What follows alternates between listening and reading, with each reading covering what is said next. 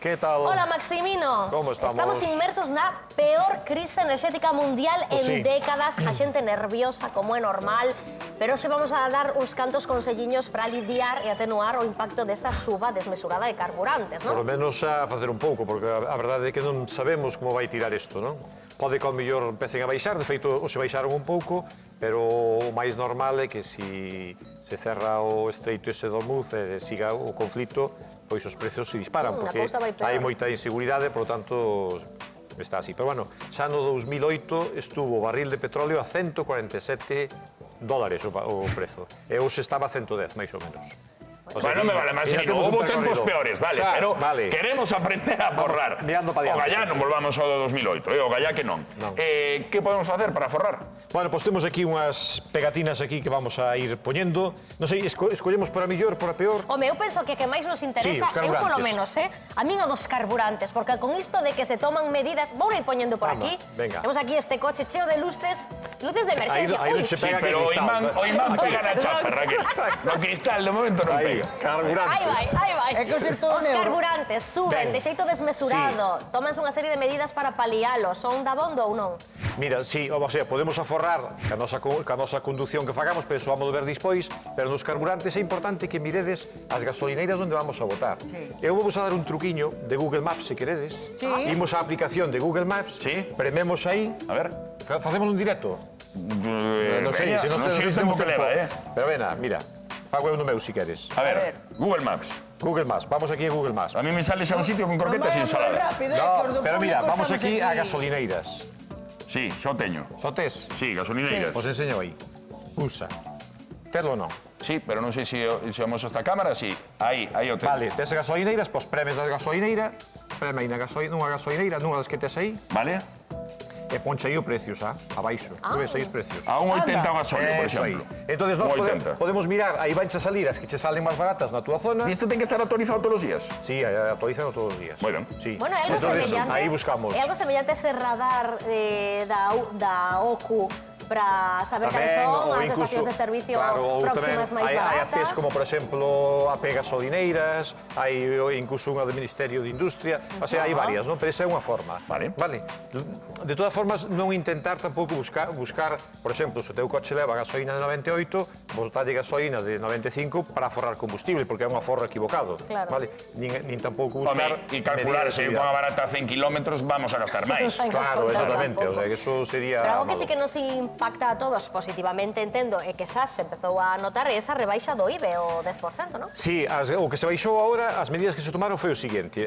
Os combustibles están, primeiro, gravados con un imposto que se chama imposto aos hidrocarburos, que no caso das gasolinas son 447 euros cada 1000 litros. Vale, máis ou menos 47 céntimos.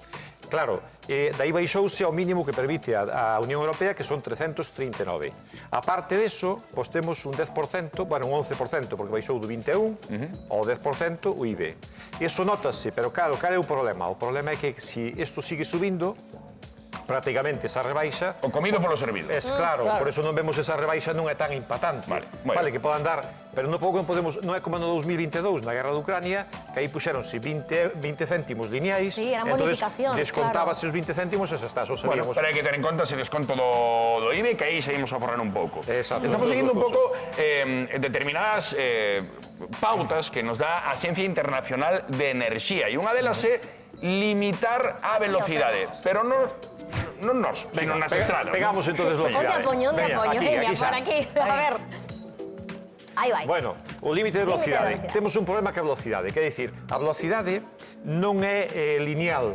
A medida que nos vamos aumentando a velocidade, o consumo non aumenta na mesma proporción. Non é proporcional. É logarítmica, verdad? É logarítmica, aí está. Temos o profesor Macario que sabe todo. Profesor Macario, me gusta, un novo personaxe, sí, señor. Entón, a medida que, por exemplo, nós para pasar de 100 a 120, o porcentaxe non é proporcional, sino que aumenta moitísimo máis. Non sei se vos lembrades, en España se tomou esa medida no seu tempo, cando estaba de ministro do Interior o señor Rubalcaba, que baixara de 120 a 110 nas autostradas. Cambiaran todos aqueles. Bueno, aquela medida non dou moi bo resultado e ao final volveuse ao mesmo, pero sería unha medida que, non nos la limiten legalmente, nós o que podemos facer é facela nós. O sea, intentar que as velocidades non vayamos a moita velocidade, o sea, se vamos para a autostrada ou para a autovía, non chegar aos 120, senón ir en torno aos 100. Porque non crees que vai a pasar, que volvan a limitar a velocidade, que baixen eses, por exemplo, nas autostradas era 120 e pasaron a 110. A experiencia que tuvemos non foi moi positiva. Vale. De feito, xa vistedes que daquela, bueno, se os que os lembrades desto, xa vistedes que non dou moi bo resultado, que ao pouco tempo xa se había sacado. Sí. Entonces non tal. Vale. Pero, bueno, se podemos facer nós, que realmente sabemos que nos consume máis, pois moito máis, pois, oye, perdemos un pouco máis de tempo, pero ganamos un pouco máis de diñeiro, vale? Logo tamén optar por outro tipo de cousas que nos leven a aforrar combustible, como pode ser utilizar o transporte público, teletraballar no canto de ir ao noso posto de traballo ou compartir coche, que a veces isto se fai menos e realmente aí sí que haberá un Eso aforro. sería- Digo, vou non poñer sería por un- aquí, Claro. Aquí o deixo. Por exemplo, Xa non máis isto xogo. máis arriba non podemos poñer. Transporte público. Se usamos o transporte público, por suposto, o transporte público é máis barato hoxe en día por exemplo, por poñer un exemplo, se nós collemos un bono e nos vamos de Santiago a Vigo, pois o bono salche 4,10 máis ou menos o trayecto. Se o facemos en coche, pois imagina, autostrada para lá, xa son 9 euros e pico, máis 100 kilómetros de tal, que son 6 litros ou por aí de combustible, e máis tes que ir de volta, ao final, pois triplicas ou cuatriplicas o precio do que pode ser o transporte público. Eso é un exemplo a Vigo, pero a calquer outro sitio sería exactamente igual. Por tanto, canto máis podamos usar o transporte público, millor. E agora están moi melloradas as comunicacións entre Sí, cidades bueno, e demais. hai sitios onde, por exemplo, ir a Lugo costa bastante, a Ferrol, hai cidades que ainda non están de todo ben, pero bueno, donde poidamos, por lo menos, facelo. Aproveitar. Claro, di, se podemos teletraballar, medir o traballo. Eu Vale. que- Entonces, Obvio. que hai que facer? Que hai que facer? Non coller o coche o qué? Porque está aquí hai as persoas preocupadas, Que Collerlo, facemos? pero collerlo con sentidiño. Eh, Cando fai falta só. Pero, que dicías ti? Que che parece? No, ahora non, claro, sé. É que estaba aquí todo cabreada porque dicía, que pasa? Sube todo, que... Pois, por exemplo, que tes que ir ao supermercado. Pois tes que ir ao supermercado e que deche preto, pois en vez de ir no coche vai andando, faz ese exercicio e ao mesmo tempo aforras combustible, sí ou non? Sí, Bueno, home, pois é unha pero si medida. tes que levar o carro ese que sortea Raquel, non... Non, aí non che collen Bueno, a calquera ver, coche. pero porque Aí che está collen un pedazo de chamando que carro, anda aí xogando o carriño polo que vale. Pero algo razón ten Marcos, porque vale, pois non coller o coche. Se podes teletraballar no medio do traballo. Teletraballas É como obvio. facemos nós, pero non todo o mundo pode traballar como a nós. Claro. Teletraballar.